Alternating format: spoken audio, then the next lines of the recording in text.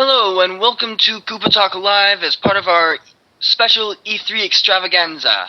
I am your host for this session of E3, Will Stasinski. Joined by me is James Leffingwell. Hey.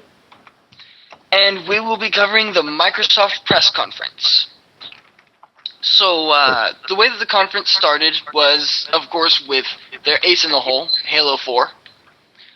I personally was somewhat impressed by the video. I was expecting it to look like a very gimmicky Halo game, and it looked pretty cool to me.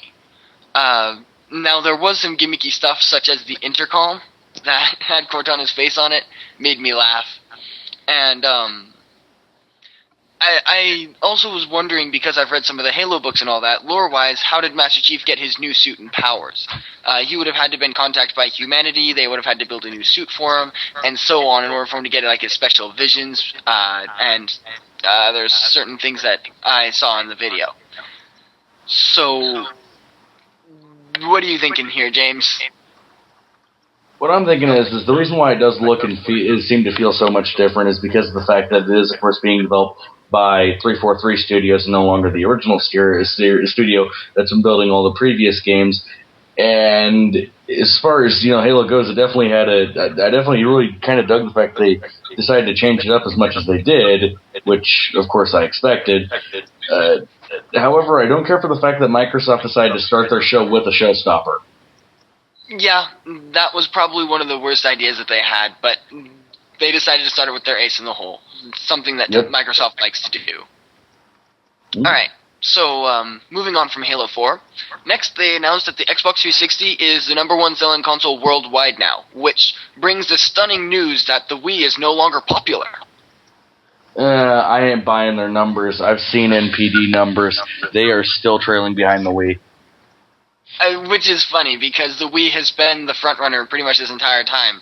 And Nintendo, you're expecting, hey, when they announce the Wii U, they're going to, lose sales on the Wii because people are just going to save up for the Wii U now. That's the only reason why that's remotely believable.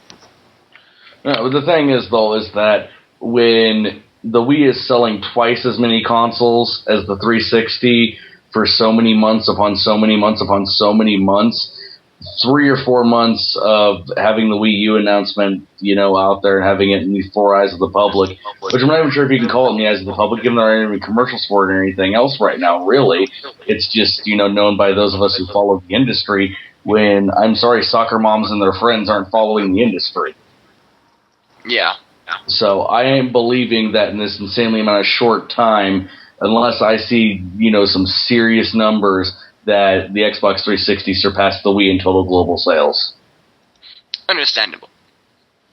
Alright, so after they made that groundbreaking announcement, they then went on to cover the new Splinter Cell game Blacklist, which, from what I've read about it, Blacklist is still nothing like the original Splinter Cells. It's more like Splinter Cell Conviction. I'm definitely not excited about it, because I played Splinter Cell Chaos Theory with my brother and loved it. And it looks like they're going exactly in the opposite direction of that. More of a Metal Gear Solid direction, and I've never played the Metal Gear Solid games, nor do I intend to anytime soon. However, I was just going to say, Will, you're reiterating a lot of what I said in our Ubisoft episode, which is great. I'm just going to say I agree, and people should go listen to the Ubisoft conversation for more of my opinions on Splinter Cell Blacklist. All right. Because all I have to say is the same stuff, So, I also noticed that there were 3 defining game mechanics in it. They had the Tom Clancy's End War game mechanic, where they went and were able to give, orders through voice mechanics. Holy crap. Voice mechanics? Then he shot that one lightning thing and electrocuted the dudes in the puddle, which was a Bioshock game mechanic.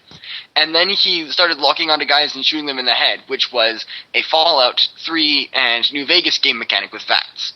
So they've wrapped up 3 game mechanics into one new Splinter Cell game, which is based on Metal Gear Solid.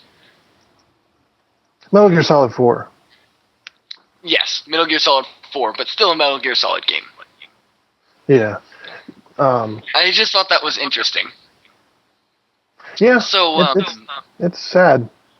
yeah, and then he talked to that one lady on the intercom, and then she like heard a gunshot, and she's like, "What happened?" And the dude was like, "He shot himself," which makes Sam Fisher out to be a liar. How dare he? And then, not to sound like a nerd or anything, but when they were like doing that whole showcase of like, "This is Splinter Cell Blacklist," and they're like announcing the name and everything, there was this one part where you heard this guy scream. It was like this scream thing, which is blatantly from the game Command & Conquer Tiberian Sun. If you go and play it and you kill a bunch of guys, you will hear a guy make that exact same scream. So, I just thought that was interesting. Yeah, no, I mean, I'm never going to play it, obviously, because of the fact that it's a shooter, but I did enjoy the part where Sam Fisher shot the guy, and then he goes, he shot himself. Yeah, what a liar. Yeah, that I did enjoy. Alright, so yeah, not much else to say on Splinter Cell Blacklist. Like Justin said, if you want more information on it, go watch the Ubisoft one for his opinions on it. So, let's move on. Next they announced FIFA 13. There was very little information on this. Apparently if you cuss out the ref, they actually address you, and so that's going to be a lot of fun. And then they announced NFL 13, which they proclaimed as the most impressive NFL football game to date. Maybe Mike cares about this, but he's not here to talk about it. So, they also brought on that one popular football guy who apparently said that even though he rehearsed this several times, that this new game is pretty sweet. James, thoughts? Mike's going to have to talk about all that during the post-mortem. I have no right to speak about the football. Yeah. Then they showed a trailer for Fable the Journey. We already saw this at last year's E3, if I'm not mistaken. And it didn't look overly exciting. It looks like they're putting a lot of work into it, but it just seems like a gimmick to me. Yeah, it looked a lot different. It looked better, but yeah, I'm not interested in it. But just a thought. I'm going to throw this out here, and I want you guys to legitimately think about this. Don't just answer me immediately unless your answer immediately is going to be yes. After seeing what they've done to Fable the Journey, doesn't it seem a lot like Sorcery for the Move? A bit, yes. Yeah. Yeah. Like, it looks like they I mean, because Sorcery sold relatively well as far as, Move title goes, and I just find it very interesting that, to me, it very much looked like they took a lot of that Sorcery gameplay and integrated it and tried to make it more of a core feature in, this Kinect game. It's very interesting that in 2012, Microsoft is actually using the Kinect for something other than a microphone. Yeah. Well, no, it's kind of true. It is a pretty expensive microphone. That's true. It's kind of an old joke. It's kind of a joke from last year, E3. Microsoft kept promising all this Kinect stuff, and most of it is just voice commands. Mm. Why can't they do that with a headset or something? No, you got to spend $150 on 3D video camera. Anywho. Well, the reason why Fable the Journey seems so innovative and cool is because Lionhead is doing it. And that is what they pride themselves on. The original Fable was very innovative. So was Fable 2 and so was Fable 3. They may not have been the greatest games, but they were very innovative. Fable the Journey is probably going to be along the same vein. I just don't know. I think the ultimate kind of question is always, are you going to buy it? Well, I bought Fable 2 and Fable 3, so maybe someday if I actually end up getting a Kinect, which is highly unlikely, and I decide that Fable the Journey got good enough reviews that I'll buy it, which is also highly unlikely, I may think about getting Fable the Journey, which is unlikely. Mm. Yeah. You can talk all you want. Well, we all know you're Peter Molyneux's bitch. That's true. His balls have me in their grasp. as long as they've been thoroughly washed first. Yeah. Alright, then, after Fable the Journey showcased for about 2 minutes, the dude came back out and he announced this big bombshell that this is the biggest year for Xbox 360 games. To be honest, if this is the best that they have to offer, I'm just feeling so sorry for them right now. I really have no games to look forward to except Halo 4 at the moment. It's just shameful, isn't it? Oh, yeah, I mean, you say you feel sorry for them. I mean, you and I, we own a 360. I feel sorry for me, you know? I really, you know, oddly enough, like if you use the word anticipation by definition, Microsoft was the press conference that I was really anticipating because it's like, come on, we haven't had anything in a year, maybe more. Come on, give me something good. And right before it started, that kind of turned into, give me anything, just give me anything. And it's pretty depressing that they didn't give me anything. Mm-hmm. I didn't see anything aside from multi-platform that I would like to play. Yeah. You see, that's the thing. Microsoft may have not given you anything, but I know Ubisoft gave you something. So as long as you have something, I mean, isn't that how we all win? As long as we all have something. Well, I mean, I don't know what Ubisoft gave me that I'm going to be buying for the 360. Ah, okay. I see what you're saying. Yeah. In other words, yeah. Okay. Yeah, unfortunately, yeah. I just kind of naturally favor my PS3 over my 360 because I like the controller. It all just kind of comes down to I like the controller. So if there's a multi-platform game, if it's not better on the 360 like Red Dead Redemption or something, I'll probably buy it for the PS3. So, you know, Tomb Raider I'm absolutely interested in. I'm sorry I probably fucked up your notes. But I'm really interested for Tomb Raider, but, you know, jury's out. I don't know if I'm getting that for the PS3 or the 360. It depends, you know, which system has the better graphics, the smoother frame rate. Yeah. Just cut that part out and put it into the notes when I start talking about it. Anyway, so let's move on. After they talked being the biggest year for games for Xbox 360, I'm not sure if it was the same guy or not, but he came on and started talking about this new Forza game. I've never really cared so much about the Forza games at all, but he talked about it for like, I don't know, like half a minute, and then he was like, but first let's talk about this. So then they like threw up this trailer for Gears of War Judgment with very loud bass, you know, a very forgettable song, you know, standard Gears of War stuff. And after he showed that extremely short trailer, he spoke about the Forza game again. He threw something in between his talks on Forza, and he talked about he was like showing some racing video. The only racing series I've ever liked was Burnout because you crash into people as like the game mechanic, and I loved that. Agreed. And then there was also some pretty awesome dubstep music playing during the Forza game, which was nice. I like dubstep. Disagreed. You guys don't know good music. Alright, so after they talked about this Forza game or whatever... I was gonna say, I was just gonna say one thing about the Forza game there. What's that? Which is, as far as Forza goes, there's one thing that always kind of sticks out to me in these games. I've never played any of them, but this Forza game, like every Forza game they've ever shown me at an E3, I do have to say one thing, which is, it is very pretty. Yeah. Well, I remember there was that motorcycle game that was premiering on the PS3 that looked really pretty, too. Did anybody ever buy that? I don't think so. I don't even remember what that was.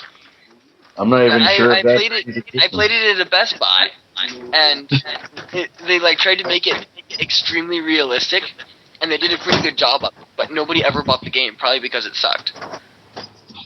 Alright, so after he finished talking about the new Forza game, he talked about the new Bing search function on your Xbox 360. I wish Bing didn't suck because I might actually consider using it otherwise. And then he decided that he was going to try to play the movie Killer Elite, which I've seen and was not impressed by. And then he went into Spanish and was looking at the different movies, and I still haven't seen the movie Supremacy of Bourne yet. I haven't even heard of that movie. So maybe that's something good to look forward to. And then he pronounced Machinima incorrectly, which I thought was interesting, seeing as it's their new partner. And then they also... This is also some pretty groundbreaking news. People love sports on their console. I mean, who would have thought? And people who have an Xbox 360 and like sports? I mean, James, am I way out of my league here thinking this? Oh, no, trust me. What I was going to do, I had a whole skit planned for if he somehow did not show up, and I was going to do the opening for the Microsoft press conference, and it was going to be about this guy who walks into a GameStop, and he, just has the dude bro accent, And he walks up, and he's like, dude, I want to get a console. The manager looks at him and goes, well, bro, do you like sports? Dude, what do you think I am, queer? Of course I love sports. Yeah? Do you like shooting stuff with guns? Dude, bro, it's like you know me. You need an Xbox 360. That's pretty much exactly how it works now. Yep. Yeah, I'm just I guess I understand Microsoft's point of view, financially, but it's as somebody who waited 4 years to buy a 360, I just feel fucking burnt. The first 4 years was, we got this exclusive, we got this exclusive, we got this exclusive, we got this exclusive. You need to buy our system. I eventually cave in, with games like Mass Effect and Left 4 Dead and Alan Wake. I finally cave in and get it, and it's now you can watch TV on our Xbox. Now you can watch YouTube on our Xbox. And instead of $50 a year, it's going to be $60 a year, and it's just sad, depressing. I'm in the same boat. It's probably the most successful Trojan horse scheme ever launched in human history. They sold us all a video game console, and today, just like last year, they barely fucking talked about E3, or they barely talked about games at E3, the fucking press conference where they're supposed to tell you all the great games that are coming out within the next year. Yep. True story. I'm outside again. That was my dog. I noticed. Alright, so after they came up with the announcement of people that actually love sports on their console, they then announced that they finally got NBA on the Xbox 360, which surprised me because I didn't know what other console would hold the NBA games. I mean, have they not been getting produced for, however long it took to get from the Nintendo 64 to the Xbox 360, or what? I mean, did they release sports games for the PS3? Is that why Mike has a PS3? Yes. Oh, okay, that explains it. Because I was like, Xbox 360 is for sports people. Why wouldn't they have NBA before?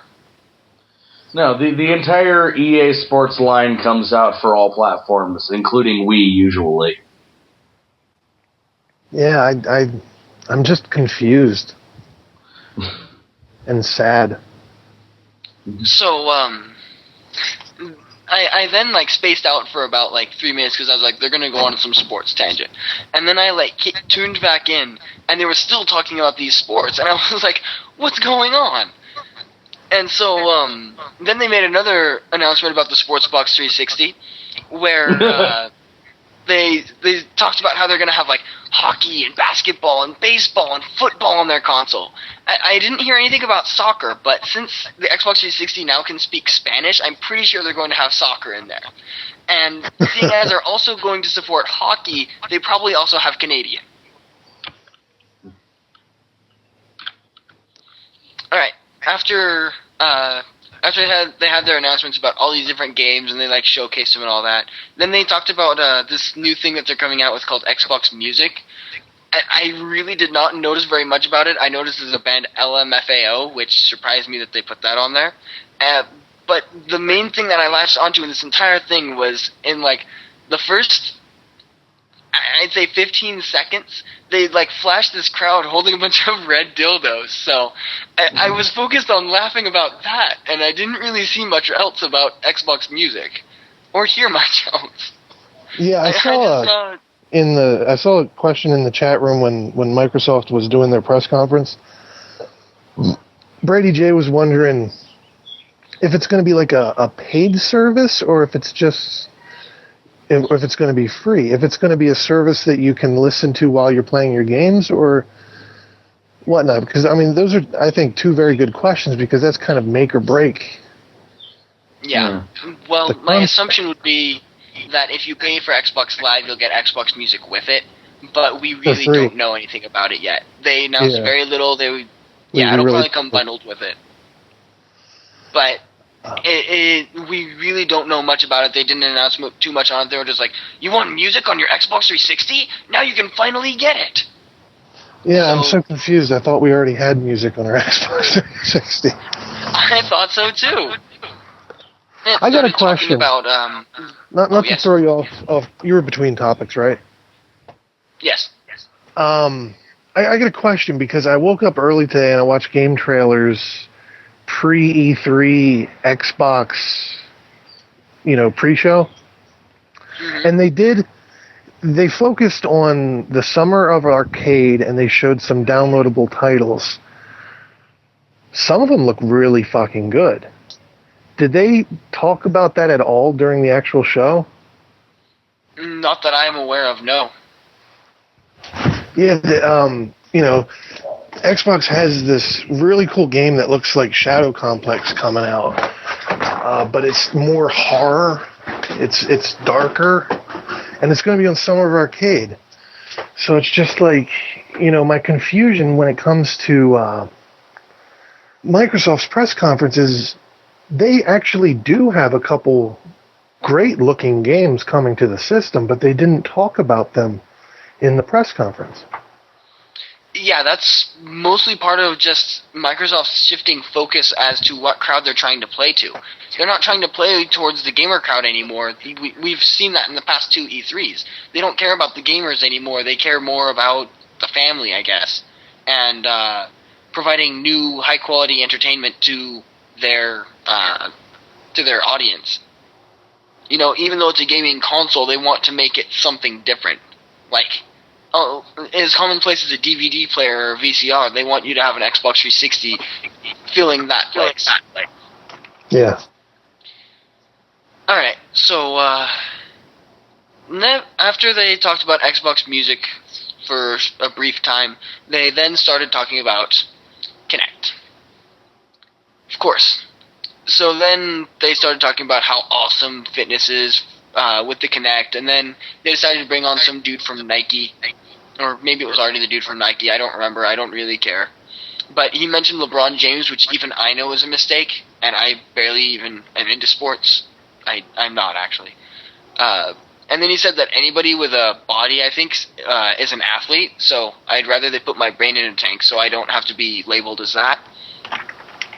And then he talked about how you can connect on Xbox Live and work out with people online. So you can be one of those dudes who's like a gym-obsessed bodybuilder on Xbox Live. Finally.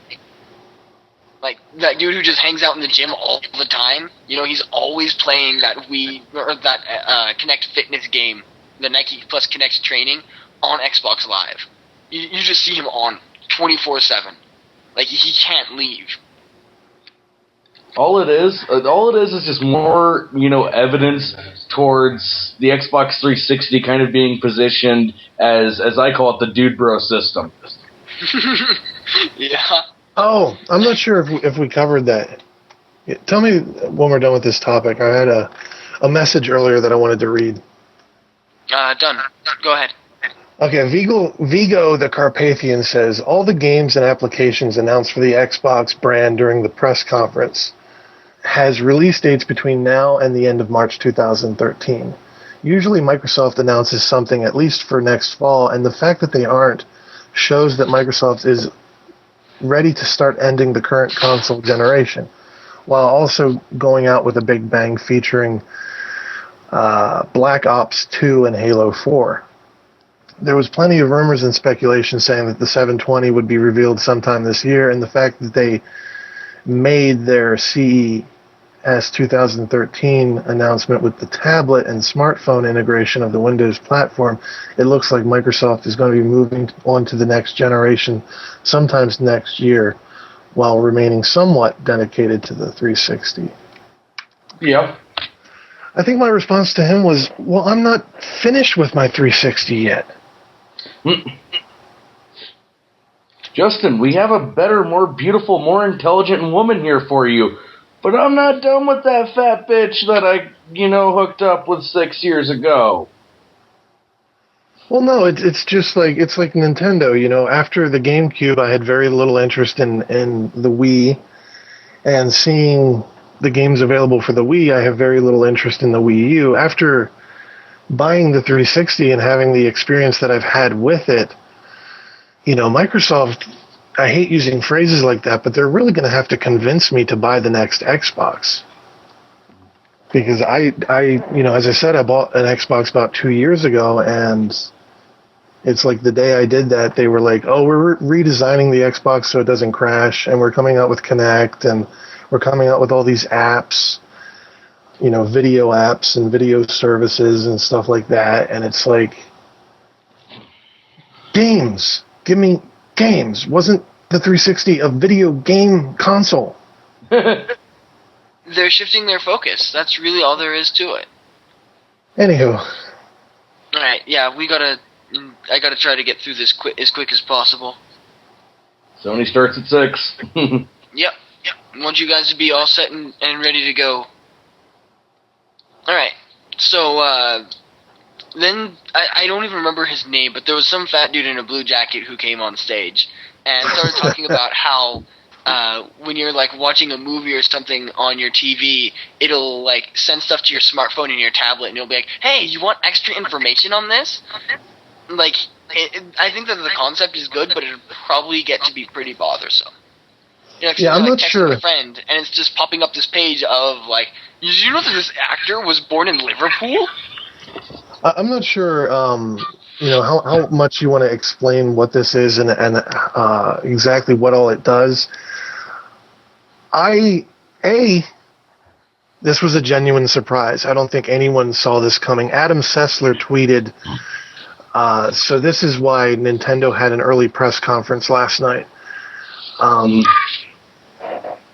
I was blown away. This looks really cool, and of the smartest, most, as I'm here saying, I don't know what Microsoft is doing, implying, that they're not smart. They came out with this thing called Smart Glass, and the best thing about it is it's going to be an app for your phone. It's going to be an app for your tablet. You don't have to buy a new tablet. You don't have to buy a new phone.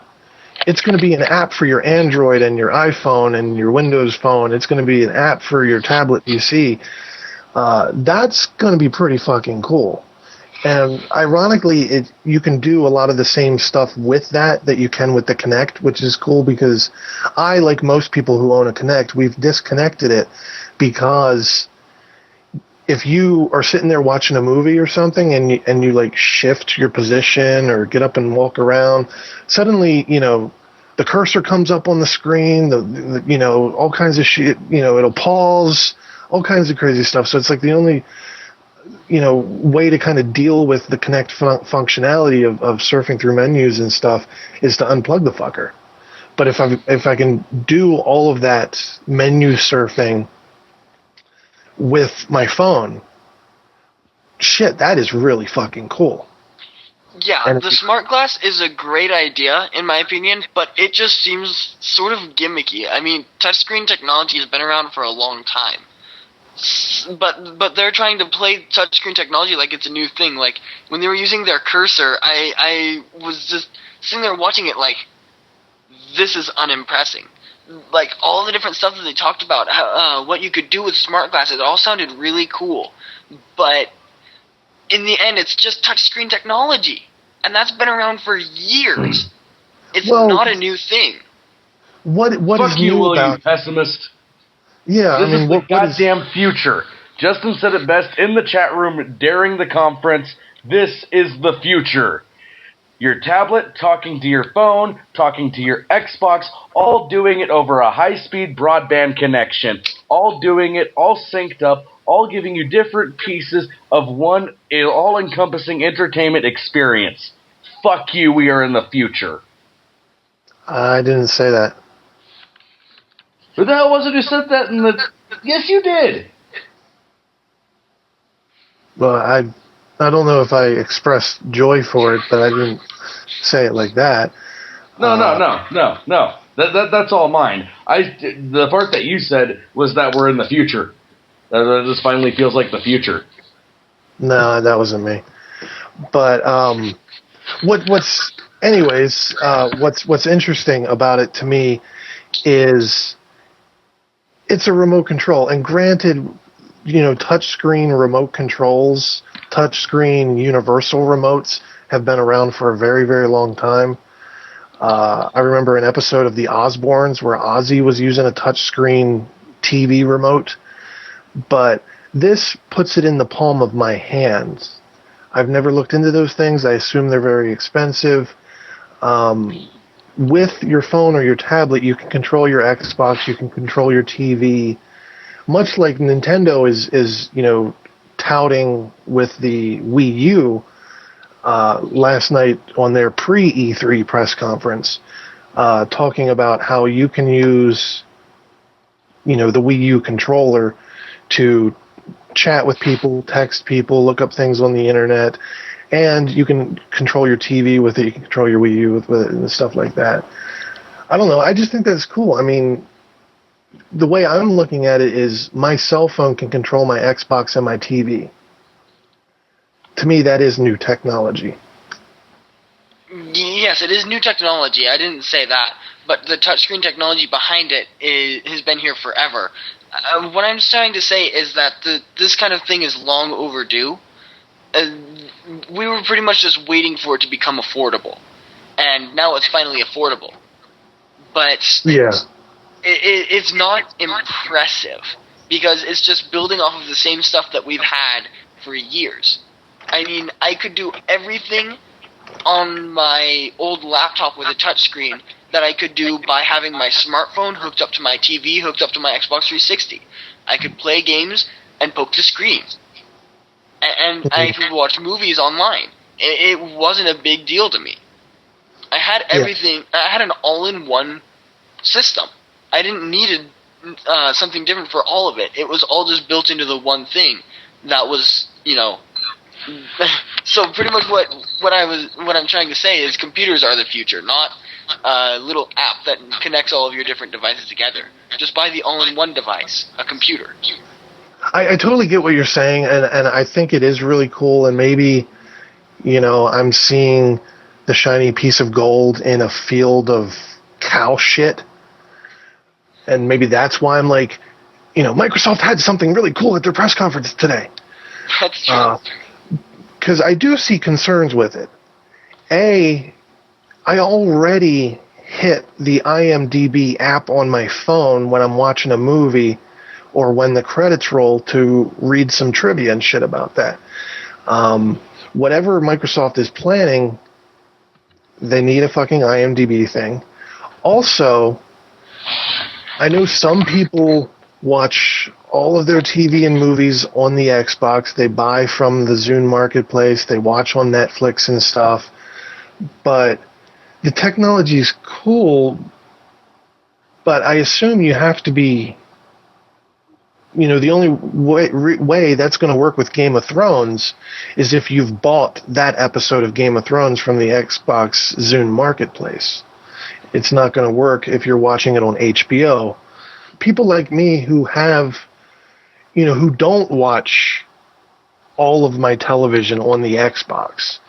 People like me who, watch Dexter and Game of Thrones, on Blu-ray or Showtime or HBO. That cool functionality is not present, I assume. Oh, one last point. All right, I think the only reason they're doing this is because they're coming out with Internet Explorer for the Xbox. And I was just about to mention that. The Xbox desperately needs a decent fucking keyboard. The on-screen keyboard has no auto fill-in. Like in the PlayStation, you're typing a word and it starts popping up what words are on there, which, by the way, the Wii U has. But the Xbox does not have that simple fucking feature. They make you punch in every little letter with your D-pad and your A button. So it's like, they want you to kind of get the app because they're not really prepared to turn the Xbox into an Internet Explorer. I actually thought it was really funny when they announced the Internet Explorer going to be on the Xbox 360, because they were talking about how the need for a fast web browser was just prevalent in the Xbox 360, and there just was not one. Google Chrome didn't work apparently, neither did Mozilla Firefox. They needed they needed something new, so they were going to come up with this fast new Internet Explorer. Yeah. I mean, how many people have you met who still use Internet Explorer and know anything about the internet? Hi!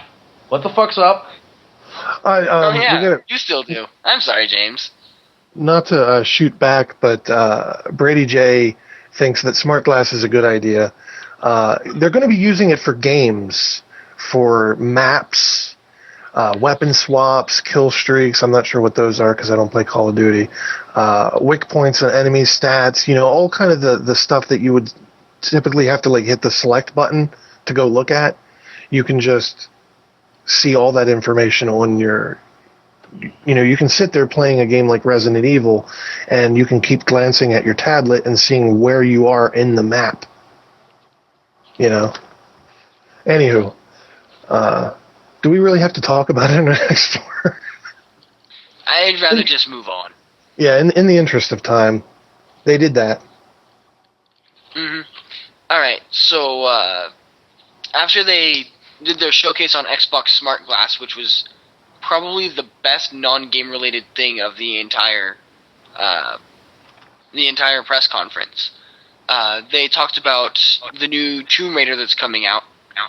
It looks like a pretty cool game. It looks like something that I would definitely play. I'm not necessarily excited about it though. I'll probably just wait for my brother to buy it because I'm pretty sure he will, and then I'll just play it there. I also didn't really like that this new Tomb Raider is focusing on the survivalist aspect.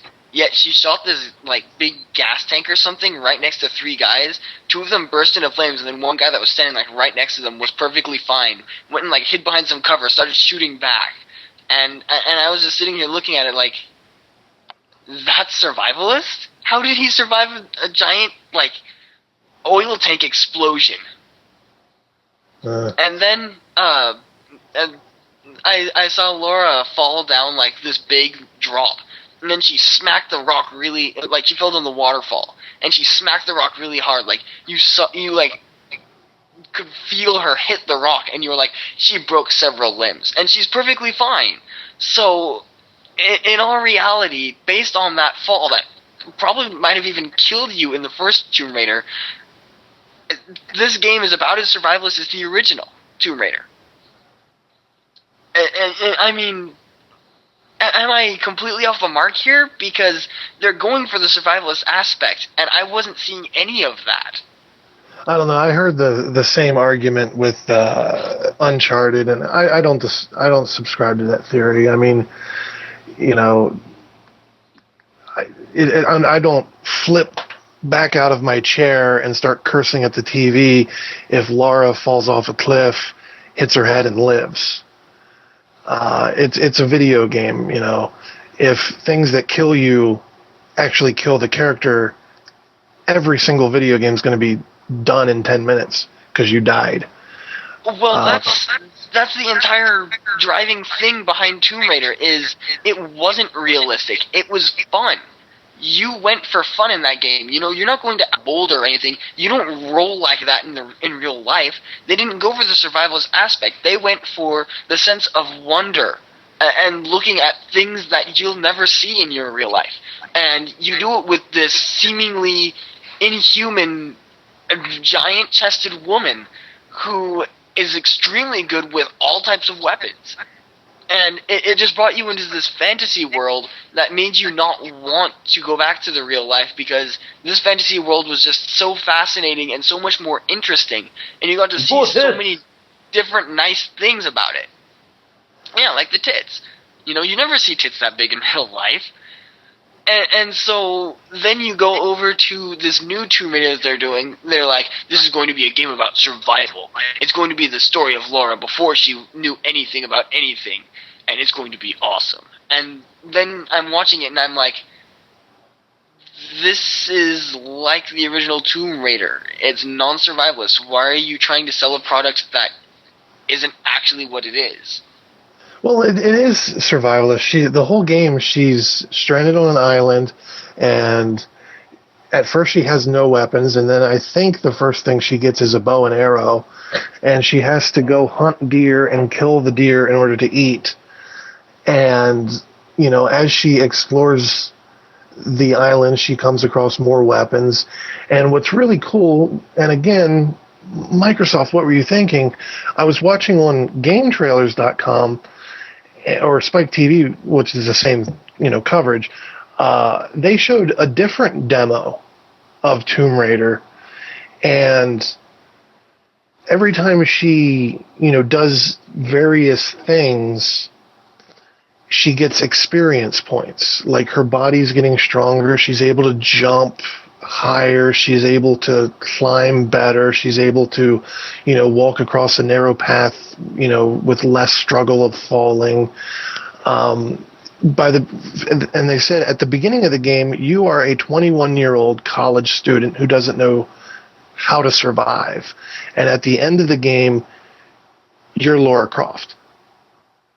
You're the Tomb Raider that is experienced and stuff. And that's what we're seeing in this game is a 21-year-old college student who doesn't know, you know, how to fire a gun, surviving in the woods. But she knows how to fire a bow and arrow and hit somebody in the head.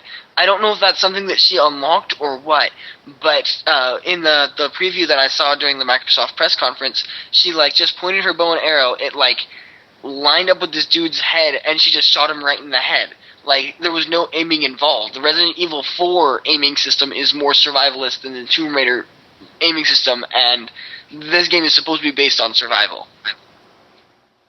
Well, I mean, I could just pull examples of how it is not a survival game, and they say this is a survival game. I've got several examples of this, but in the interest of time, yeah, okay. I don't want to go into all of them.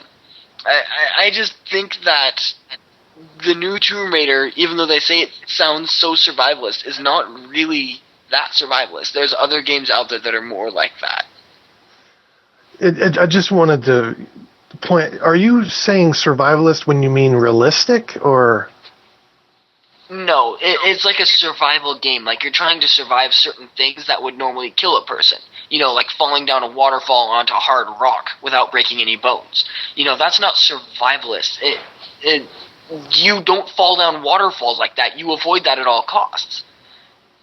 In a survival game, that would kill you. It's not the question of realism. It's the question of, would that actually be something that you would do in a survival situation? You know, even if you're thrown into that situation, you'd probably break several bones. Then it's a survival situation. you got to learn how to survive with broken bones. Yeah, I think somebody somewhere described the game as survival, and you're just kind of taking it too literally or something. Maybe. Because the original Tomb Raider was a survival game, and it didn't feel like it. And it is supposed to be the prequel to Tomb Raider. You know, it's not supposed to, you know... I don't know. Anyways, we are rapidly running out of time before Sony starts. Alright, next they talked about Ascend New Gods, which guaranteed looks like a game I'm going to want to play. It looks like a hybrid of God of War and Shadow of the Colossus. I felt that was the second best thing all show, next to Halo 4. What do you think, James? I really didn't care for it. It didn't look that interesting. The one that they showed off right after that, however, did look interesting. Loco Cycle? Yes. That game just looked hilariously stupid to me. Like, hey, this person beat the 4-minute mile by 3 minutes and 40 seconds. Okay, so that means 20 seconds. So this person is a motorcycle? It looked crazy. I know, that was what made it funny. That might be something to look into. By funny, you mean awesome. Yeah. After Loco Cycle, they talked about some game called Matter. They really did not give us much to go on with that. They showed what looked like personality cores, like from Portal, and they were like touching that. There was a pretty gay scene in there where they were like touching their rods together. It was interesting. So that might be something to look into when we have more information. And then after they announced Matter, these two guys, I'm not sure what ethnicity they were. They sounded pretty Japanese to me. One of them, his name was Dosaki, and he started playing Resident Evil 6. Of course, Leon is back. That's what the big thing about Resident Evil 6 is, and shocker, they fought zombies. No, that's... Yeah, Resident Evil 4 and 5 have had no zombies. Oh, really? Yes. Oh. What a big change. This is the first time a Resident Evil game with a number has featured zombies in close to 10 years. Wow. Okay, so yeah, it is a pretty big shocker. I was saying that in like more of a poking fun at it sense, like satirical sense. That's it. And I guess I was being serious. Anyway, so yeah, they brought zombies back. Then they showed Leon up close. I'm pretty sure that they copied the idea with the new Devil May Cry. Leon looks exceptionally emo now. And there was also this mechanic where Leon kept like going up against the wall, and like he would just have his hands down by his gun while a lady was talking to him, and then he would stand away from the wall and he'd put his hand back up to his ear. So apparently he can hear just fine without his hand to his ear, but he loves just having his hand up there while he talks. And I'm not sure if I'm the only one who feels like this, but I'm pretty sure that there was Resident Evil 4, then that one Resident Evil movie, the CGI movie with Leon in it, and then now there's Resident Evil 6. So I just feel like Leon is in the worst place at the worst time. This is the third time. Too much Leon. He's the most favorite character of all Resident Evil, so it makes sense. But still, he gets kind of fucked over zombie wise or whatever it is that's not zombies. Then they talked about this. After they talked about Resident Evil 6, they talked about this game called Racketeer, which sounded pretty kidsy to me. Apparently you control the trajectory of a ballista mid-flight. So, yeah, definitely not like a skill-based game. It's more like you can just guide it in the right direction. After that, they talked about South Park, The Stick of Truth, which it surprised the crap out of me that they even said something about Jews in the E3 press conference. Like James, that was pretty surprising, was it not? Yeah, I couldn't believe they brought that up. Pretty awesome, in my opinion. Their idea of putting you into the episode is also not Move on, all bro. that original. Move but on. hey. On. You know, I mean, South Park is one of the good games that they actually showed at the Microsoft thing. You know. Mm-hmm. And then, after they finished up with South Park, they talked about Dance Central 3. Surprisingly, Harmonix isn't dead yet, and I'm pretty sure that throwing an Usher there just like randomly dancing was a bit over the top. So, yeah, I thought that was pretty interesting. So, that about wraps it up for the Microsoft E3 press conference. Don Metric was pretty sad at the end, you know, talking about how awesome it was. It kind of wasn't. So, with that, we're going to get to the Sony press conference. Yeah. So All right. One gigantic problem here, guys. You missed the one game on the entire list that's going to sell the most number of copies. What is that? That everyone cares the most about. Call of Duty Black Ops 2. Oh. I don't know where my notes for that went. I thought I had something on it. Alright, I really gotta get going though. I'm already late. So, I'll talk to you guys. Yep. So we'll get to the E3 or the Sony press conference. Here from KTL, it's William Szynski. James Leffingwell. just. Good night and good gaming.